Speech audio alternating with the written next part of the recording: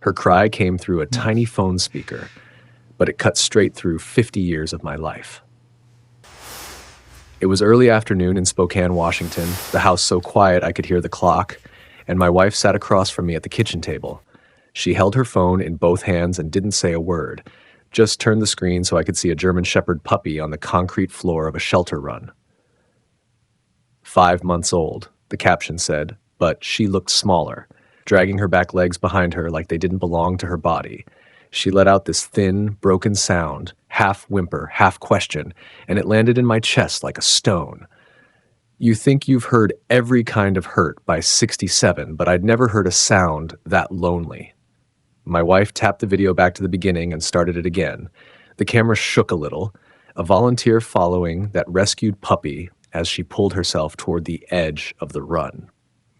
Her tail twitched when a hand reached down to her, back legs trailing and still, but she still tried to get closer.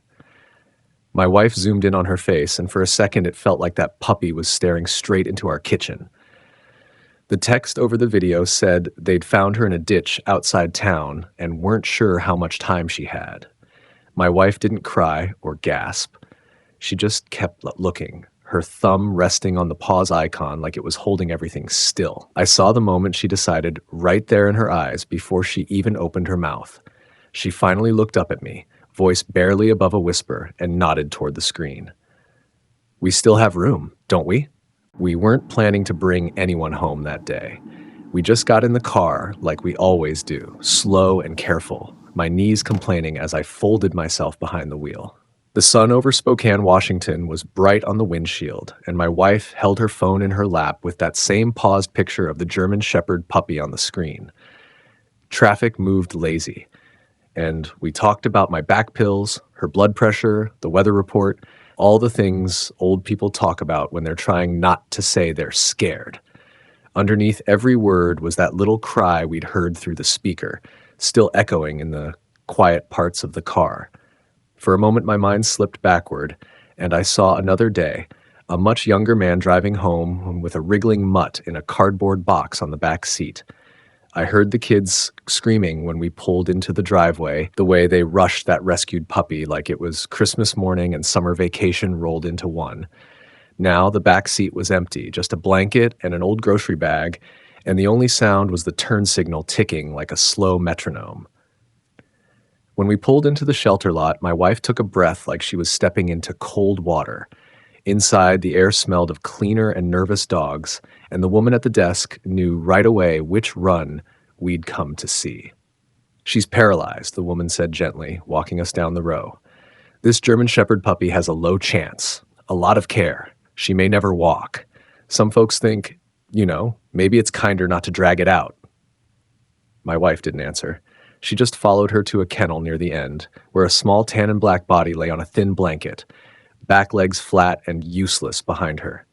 When she saw us, that puppy pulled herself forward with her front paws, clumsy and determined, her nails scraping on the concrete. Her tail trembled like it had forgotten how to wag, but still wanted to try. My wife went down to the floor slower than she used to, but she got there, sitting cross-legged right in front of the gate. She slid her fingers through the bars, and the puppy crawled until her nose pressed against those hands, breathing them in like she'd been waiting for that exact smell. I stayed standing, asking about costs, about medicines, about lifts and diapers, and what happened when we couldn't pick her up anymore. Truth is, I wasn't afraid of the work. I was afraid of what it would do to my wife if we tried and failed. Then my wife looked up at me over that little body, eyes shining the way they had the night she said yes to a broke boy with a cheap ring. And in that look, I knew we were already past the point of deciding, even though no one had put a pen to a single piece of paper yet. We didn't carry just a puppy into the house that afternoon. We carried a decision. I had her bundled in a soft blanket on my arms, and every step up the front porch in Spokane, Washington, felt like it added 10 pounds to my knees. She was lighter than she looked for a German Shepherd puppy, all bones and worry. But at 67, your back doesn't care what the scale says. My wife held the door open, backing up slowly, watching that rescued puppy's face like it might break if she blinked. Inside, the house greeted us with the same old brown carpet that's seen 3 kids, 2 dogs, and more Christmas mornings than I can count. The couch sagged in the middle. The coffee table had that one ring from a forgotten mug, and the walls were lined with school photos and a newer frame with our granddaughter's missing front teeth. On the fridge, magnets from road trips we used to take when long drives didn't scare our hips and shoulders. We'd cleared a corner in the living room near the window, where the light comes in soft in the afternoon. My wife had laid out a yellow knitted blanket, one her sister made years ago, and set a silver water bowl beside it with a stack of clean pads. I knelt down as carefully as I could and eased the puppy onto that blanket, sliding my hands out from under her. Her back legs stayed where I left them, straight and quiet, but her front paws moved right away, pulling her closer to my wife's hand. She licked at our fingers like she'd known us longer than the car ride, tail giving the smallest, shy little twitch. We didn't really know how to hold her yet, how far we could move her without hurting something inside.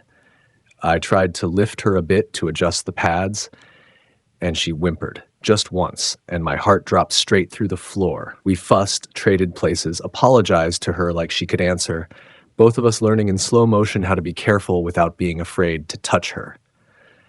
Then, before we'd figured anything out, she let out a soft sigh and her body relaxed and a warm patch spread under her on the blanket. I froze mid-reach, hand in the air, not sure whether to be embarrassed for her or for us. My wife just exhaled, reached for a towel from the little pile, and shook her head with a tired smile. "We've cleaned up worse in this house," she said, her voice calm. I watched that small, helpless body lying there on the yellow knit and thought, I wasn't sure if we were strong enough for what was coming. Our days started to smell like oatmeal, medicine, and wet towels. Morning in Spokane turned into a little shift change in a hospital no one else could see, just us and one German Shepherd puppy on that yellow blanket. We'd change the pads under her first, moving slow, one of us lifting her chest while the other slid the clean layer beneath her. She'd watch every motion with those big eyes, ears twitching, tail giving a soft thump whenever we said her name or told her she was doing great. My wife fed her out of her palm at first, tiny bites softened with warm water, so that rescued puppy didn't have to work too hard for breakfast. After that, I'd bring the water bowl close and tip it just enough so she could drink without straining her neck, her tongue touching the surface, like she was still getting used to having something of her own. Then came the part she didn't like but learned to accept, when I took a warm cloth and wiped down her belly and back legs, careful around the spots that made her flinch. The smell of soap and ointment always pulled me back for a second to another small room, years ago, where my father lay on a narrow bed, and I helped him sit up, helped him wash, helped him pretend it didn't bother him. Same slow movements, same quiet breathing, same little jars of cream lined up on a nightstand. Only this time, the patient had fur and a nose that bumped my arm when I got too far into my own head. In the afternoons, my wife would sit on the old couch, and that puppy would rest her head in her lap while I took each back leg in my hands and moved it gently, like the videos showed. Up, down, tiny circles, a little stretch, talking to her the whole time, so it didn't feel like something being done to her, but something we were doing together. I grumbled about my back and how the floor got farther away every year, just enough to make my wife roll her eyes and smile. But I never skipped a session. One evening, with the TV murmuring in the background and the sky going soft outside the window, I thought I felt the muscles in her right hind leg twitch against my fingers. It was so small I wasn't sure if it was her or me or just my imagination reaching for something. I opened my mouth to call my wife over to say, look at this," and then I closed it again. I kept moving her leg like nothing had happened, afraid to say the hope out loud in case I'd only dreamed it. It was the kind of thing you'd miss if you weren't desperate to see it. Morning light was coming through the living room window in Spokane, laying that soft square of sun across the old carpet where Osa and I had our little gym. She lay on her side on the yellow blanket, front paws curled, eyes following me as I eased myself down to the floor like a man twice my age. I took her back leg in my hands the way I always did. slow and steady, moving it through the same careful arc we'd practiced 100 times. Up, down, gentle stretch, just enough to remind her body that it still had parts we hadn't given up on. And there it was again. Not my fingers, not the blanket, not my imagination this time. A tiny pullback against my hand like her muscles were trying to remember something they'd forgotten. "Hold on," I whispered, more to myself than to her.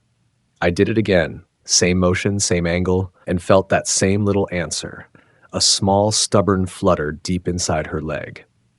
"Osa," I breathed, and my voice came out shaky. "Honey, come here." My wife hurried in from the kitchen, drying her hands on a dish towel, and knelt beside us slower than she wanted to.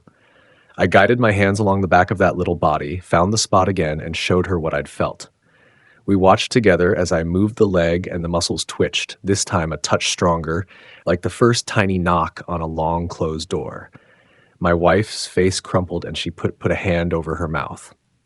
You'd have thought that German Shepherd puppy had just stood up and walked across the room the way the tears started. To anyone else, it would have just been a millimeter. To us, it was a mile. I heard myself say, "Just one more try," and suddenly I was back in the driveway years ago, jogging behind a little pink bicycle with training wheels.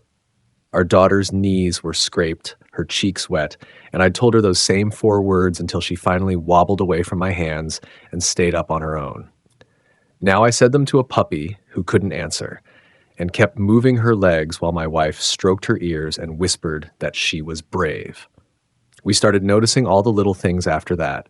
Her tail didn't just twitch, it gave a small, real wag when my wife came into the room. She figured out how to roll herself from one side to the other without us helping, grunting with the effort and then lying there, panting, proud and tired. Every morning became a kind of quiet test. We'd wake up and go straight to her corner, watching her like people wait for water to boil, hoping for one more tiny change. One evening, while I was working with her on the blanket, Osa dug in with her front paws and tried to pull her whole body forward. Her back end hitched up clumsily, as if it wanted to follow, and for a second it almost did. Then she slipped, landed hard, and let out a soft, sharp whine that cut right through me. I froze with my hands on her, caught between wanting to cheer and wanting to stop, and all I could think was, were we helping her or hurting her? Hope is heavy when you're not sure you can carry it. A couple of days after that slip and that small cry, we loaded Osa into the car for a checkup, our little German Shepherd puppy bundled in her blanket like something fragile from a different world. Getting her there was its own kind of workout. I slid my arms under her chest and hips, feeling the way her back legs just hung there, and my knees complained all the way to the driveway. She didn't fuss, just looked up at me the whole time with those big eyes, trusting me not to drop her. My wife settled into the back seat beside her, keeping one hand on that rescued puppy's shoulder while I eased us out of the driveway and onto the road. Every bump in Spokane felt sharper that morning. I found myself slowing down for cracks in the pavement I'd never noticed before, listening for any sound from the back besides her breathing. At the clinic, they brought us straight into a small exam room, the kind with posters of smiling dogs on the walls and a stainless steel table in the middle. The vet was kind, middle-aged, with tired eyes that said she'd had this conversation more than once. She ran her hands gently along Osa's spine, flexed each leg, pressed here and there while Osa lay still and watched my wife's face. "There is some improvement," she said slowly. "I can see a little more tone, a bit more response than last time." My heart lifted a notch and then stopped when she kept going. "But we have to be realistic. She may always need help. She might never walk normally. It's possible she'll stay limited. We can't count on miracles." I nodded like a reasonable man, but inside, that word miracles rattled around like something loose in an old engine. If a paralyzed puppy moving her leg a fraction of an inch wasn't a miracle, I didn't know what was. On the drive home, none of us said much. My wife looked out the window at the passing houses, her fingers resting lightly on Osa's blanket in the back seat. I kept one hand on the wheel and one on the edge of her carrier at stoplights, just to feel that she was still there.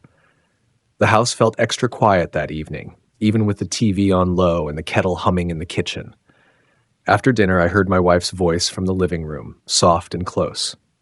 I peeked around the corner and saw her on the floor beside the yellow blanket, Osa's head in her lap. "If you can't walk," she whispered, stroking those soft ears, "that's okay, we'll carry you. You hear me? We'll carry you." I stood in the doorway and watched them, feeling something in my chest I didn't have a name for. For the first time in a long time, I realized I wasn't afraid of dying. I was afraid of living out whatever time I had left without believing I could still help anything get better. Osa lifted her head just enough to look straight at me, eyes steady, like she was asking what I was going to do with that fear. The idea came from a commercial about a hotel pool, of all things. Some shiny ad was on the TV, kids splashing, people gliding through blue water like it was nothing. I wasn't really watching until a line floated by about low-impact exercise and supporting every movement. I looked over at Osa on her yellow blanket, that little German Shepherd puppy watching the screen like she understood more than we did. The vet had mentioned water once, tucked between all the warnings and maybes. I sat there a minute, thinking about our old bathtub and my bad back and all the ways this could go wrong, and then I heard myself say, "What if we try it here?" The bathroom in our Spokane house isn't much to look at. Old tile, a tub with a few chips along the edge, a rubber mat we've had since the kids were teenagers. We piled towels on the floor like sandbags and laid another over the side so my elbows wouldn't complain too much. My wife lined up shampoo bottles and ointments on the counter like they were part of some official clinic. I carried Osa in, wrapped in her blanket, feeling her body tense as soon as she heard the water running. Her claws dug lightly into my arm, not hard, just nervous. We filled the tub slow, just a few inches at first, checking the warmth again and again like new parents. When I lowered her in, her front paws flailed for a second, and she let out a small, uncertain whine. My hands stayed under her chest and belly, holding her up, while the water rose around her legs. I talked to her the whole time, nonsense words and old stories, anything to keep my own hands from shaking. My wife sat on a little wooden stool, towel ready, watching every ripple on the water's surface. After a minute, something in Osa shifted. Her breathing slowed. The tension in her shoulders eased, and she let more of her weight sink into my hands and the water beneath her. Then her back legs, those quiet passengers, started to drift a little, floating just enough that gravity wasn't pulling them straight down.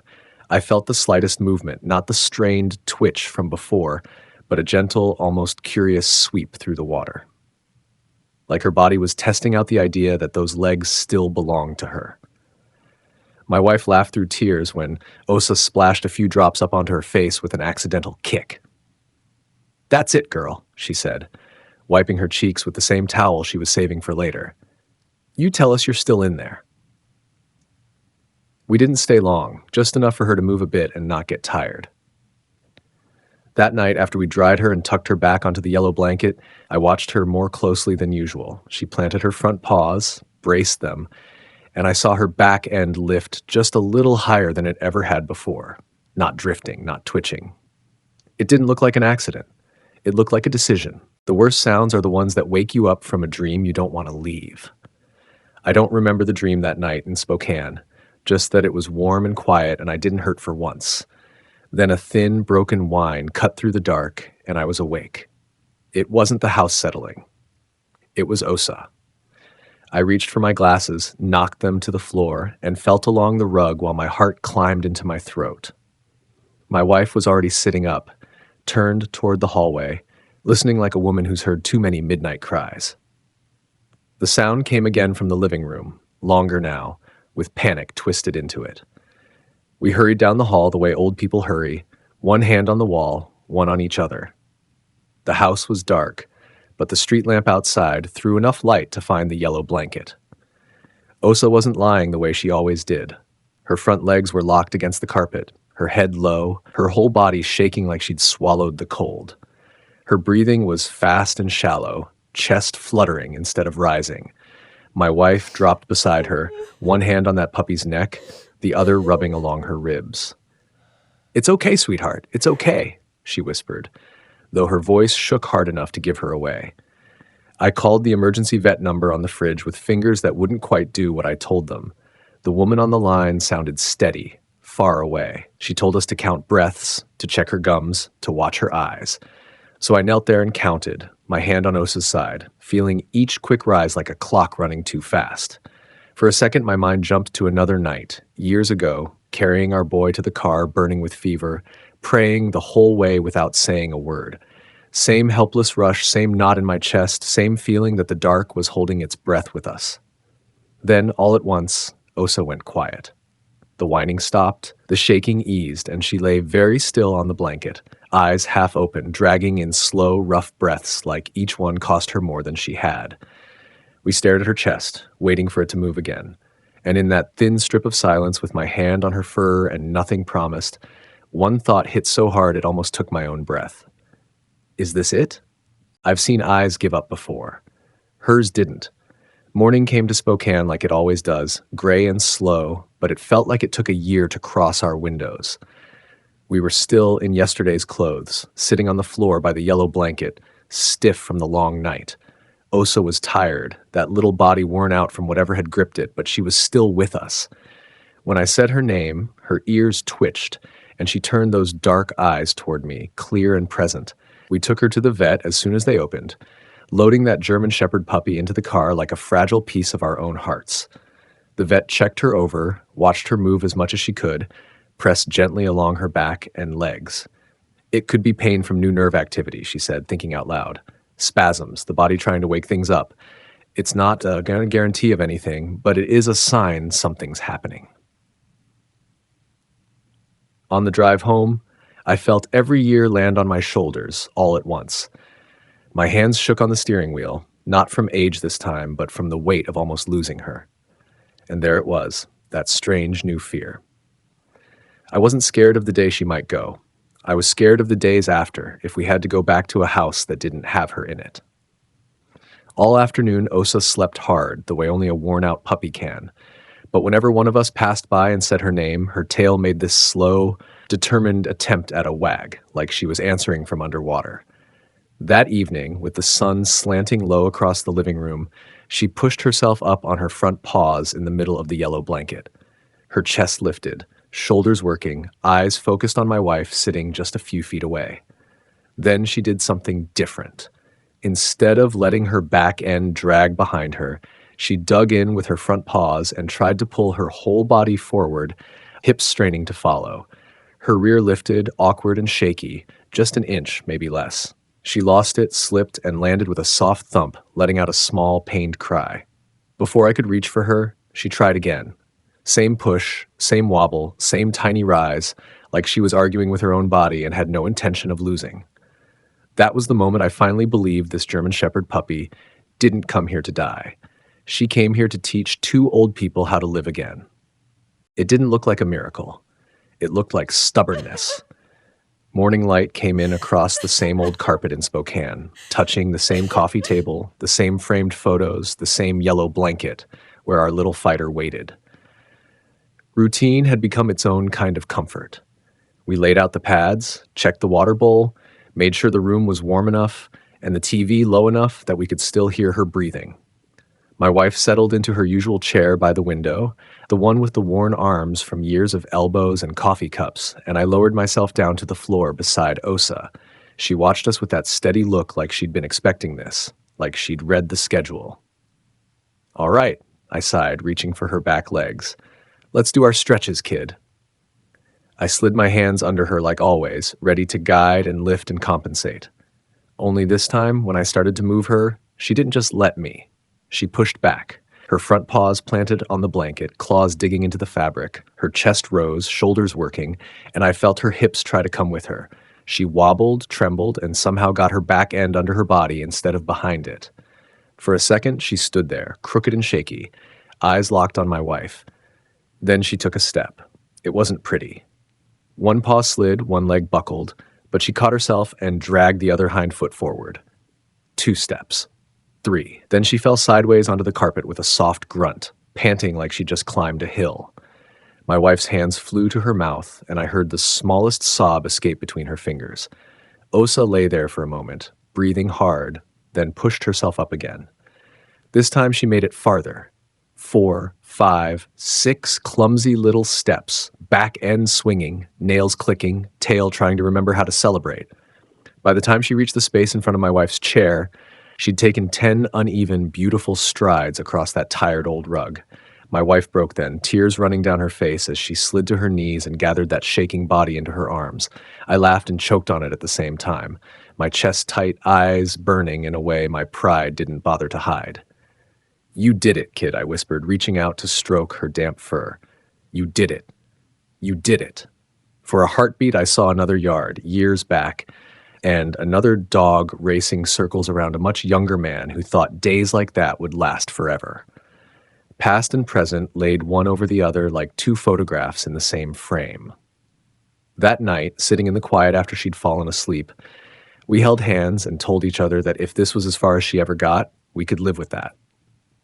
We thought that was the peak. We were wrong. You don't notice how quiet your house has been until something starts running through it.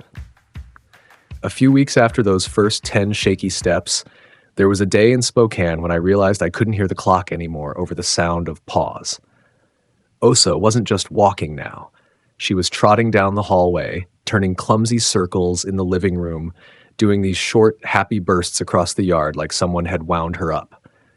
Her food bowl didn't sit still on the mat because she nosed it around when she got excited, metal clanking against the tile. Her nails made soft, scratchy music on the floor whenever she followed us from room to room, a little shadow with a beating heart.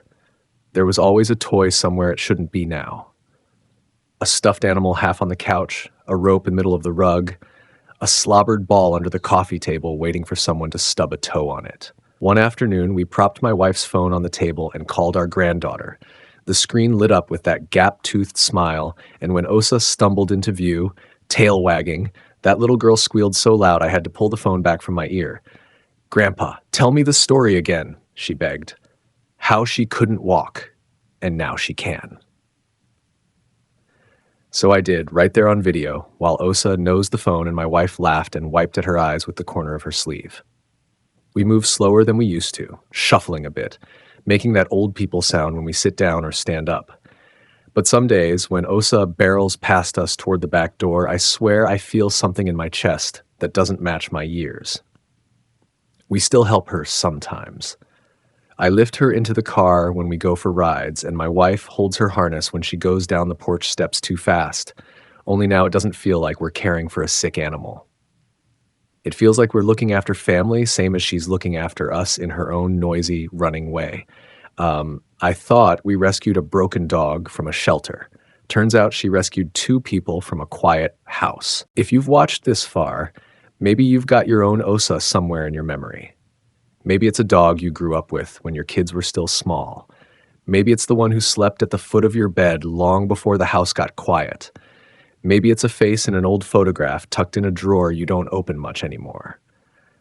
I'm 67, and I'll tell you something plain. Life gets loud, and then one day it doesn't. You wake up to a house that echoes more than it should. You walk past rooms that used to be full. You sit at a table set for fewer people than your heart remembers. And then, sometimes, someone small and broken crawls into that quiet and changes everything. This story isn't about miracles doctors can measure. It's about the stubborn, everyday kind of love. The kind that shows up for someone who can't stand on their own yet. The kind that lifts without asking for anything back. The kind that keeps going even when the world says it's not worth the trouble. Osa was never a burden. She was a reminder. That hope doesn't always come in big moments. Sometimes it comes in inches, in slow steps across an old carpet, in the sound of paws where silence used to live. If you felt that, even once, then you understand exactly why rescues matter, why shelters fight for dogs like her, why volunteers give their time, their hands, their hearts to souls who've been forgotten.